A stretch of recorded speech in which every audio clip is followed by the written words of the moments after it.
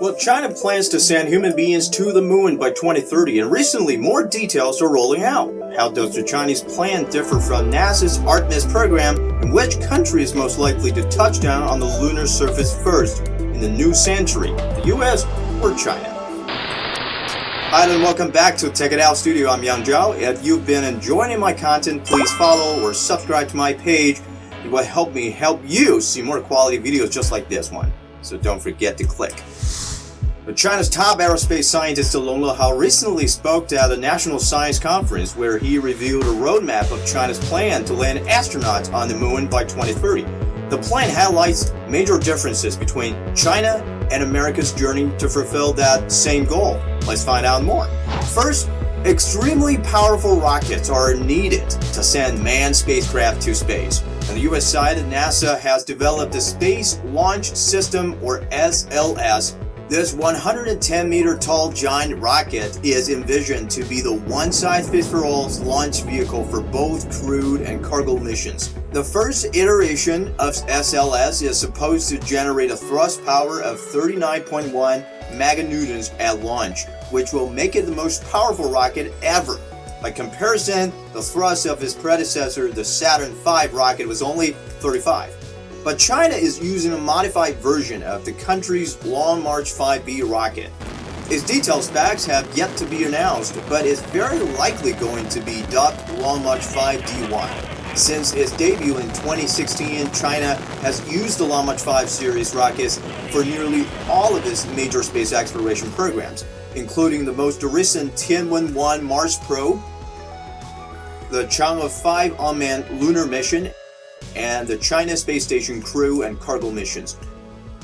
The series will certainly need some serious tweaks to integrate a much heavier manned spacecraft, but it is also certainly going to be much cheaper and more viable than NASA's brand new SLS.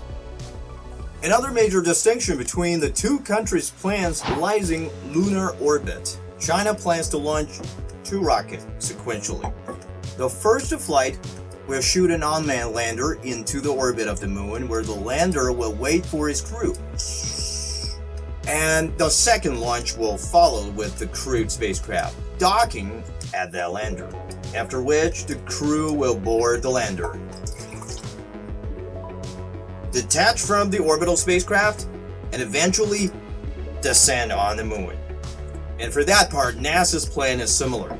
Two rockets carry the lander and the crew, and they meet in lunar orbits.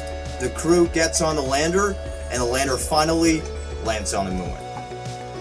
But prior to all that, NASA will first build a dedicated lunar space station, known as the Gateway, which the lander and spacecraft could dock with.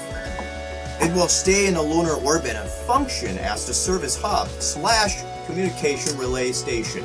But only after the Gateway is fully operational will NASA be able to send this lander and crew spacecraft to dock with it. NASA's path may be up for a much longer vision. The Gateway isn't just for Artemis program. It will serve many more lunar missions for decades to come.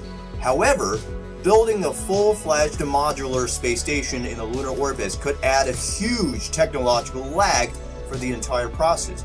NASA in April announced it had delayed several key cargo services for the Gateway, which almost certainly will push back its overall lunar landing timeline. Lastly, space suits might affect the two countries' progress.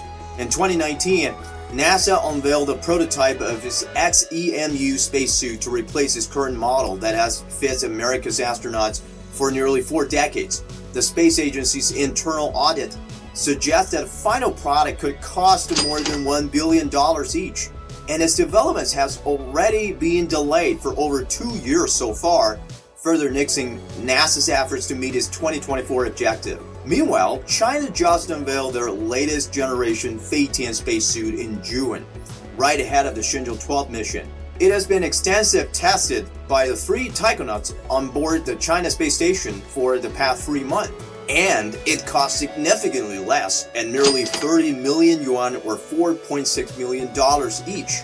Although China's spacesuit could use some major upgrades ahead of its final lunar missions, it is unlikely China will have the wardrobe issue on its hands.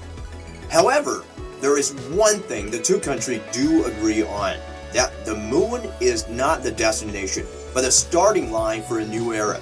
And beyond their crewed touchdown, both China and the US aim to build a lunar base, employ the planet as a source of clean energy for Earth, and as a stepping stone to reach deeper into outer space. Let me know what you think by commenting below. I'm Yang Zhao. Bye for now.